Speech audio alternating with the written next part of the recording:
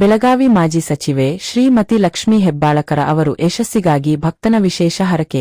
ಮುಂಬರುವ 2028ರ ಕರ್ನಾಟಕ ವಿಧಾನಸಭಾ ಚುನಾವಣೆಯಲ್ಲಿ ಬೆಳಗಾವಿ ಮಾಜಿ ಸಚಿವೆ ಶ್ರೀಮತಿ ಲಕ್ಷ್ಮೀ ಹೆಬ್ಬಾಳಕರ ಅವರು ಉಪಮುಖ್ಯಮಂತ್ರಿಯಾಗಿ ಆಯ್ಕೆಯಾಗಲಿ ಎಂಬ ಪ್ರಾರ್ಥನೆಯೊಂದಿಗೆ ಅಭಿಮಾನಿ ಅಭಿಜಿತ್ ಪವಾರ್ ಅವರು ಉತ್ತರಾಖಂಡ ರಾಜ್ಯದ ಪುಣ್ಯಕ್ಷೇತ್ರವಾದ ಶ್ರೀ ಕೇದಾರನಾಥ ಧಾಮದಲ್ಲಿ ವಿಶೇಷ ಪೂಜೆ ಸಲ್ಲಿಸಿ ಹರಕೆ ಹೊತ್ತಿದ್ದಾರೆ. ಭಗವಂತನಾದ ಶ್ರೀ ಕೇದಾರನಾಥೇಶ್ವರನ ಕೃಪಾಶೀರ್ವಾದದಿಂದ ಲಕ್ಷ್ಮೀ ಹೆಬ್ಬಾಳಕರ ಅವರಿಗೆ ಉತ್ತಮ ಆರೋಗ್ಯ, ಅಪಾರ ಜನಬೆಂಬಲ, ಶಕ್ತಿ ಹಾಗೂ ವಿಜಯ ಲಭಿಸಲಿ ಎಂದು ವಿಶೇಷ ಪ್ರಾರ್ಥನೆ ಸಲ್ಲಿಸಲಾಯಿತು. ಜನಸೇವೆಯೇ ದೇವಸೇವೆ ಎಂಬ ಧ್ಯೇಯದೊಂದಿಗೆ ಜನರ ಆಶೀರ್ವಾದ ಮತ್ತು ದೇವರ ಅನುಗ್ರಹ ಸದಾ ಲಕ್ಷ್ಮೀ ಹೆಬ್ಬಾಳಕರವರೊಂದಿಗೆ ಇರಲಿ ಎಂಬುದು ಅಭಿಮಾನಿಗಳ ಹಾರೈಕೆ.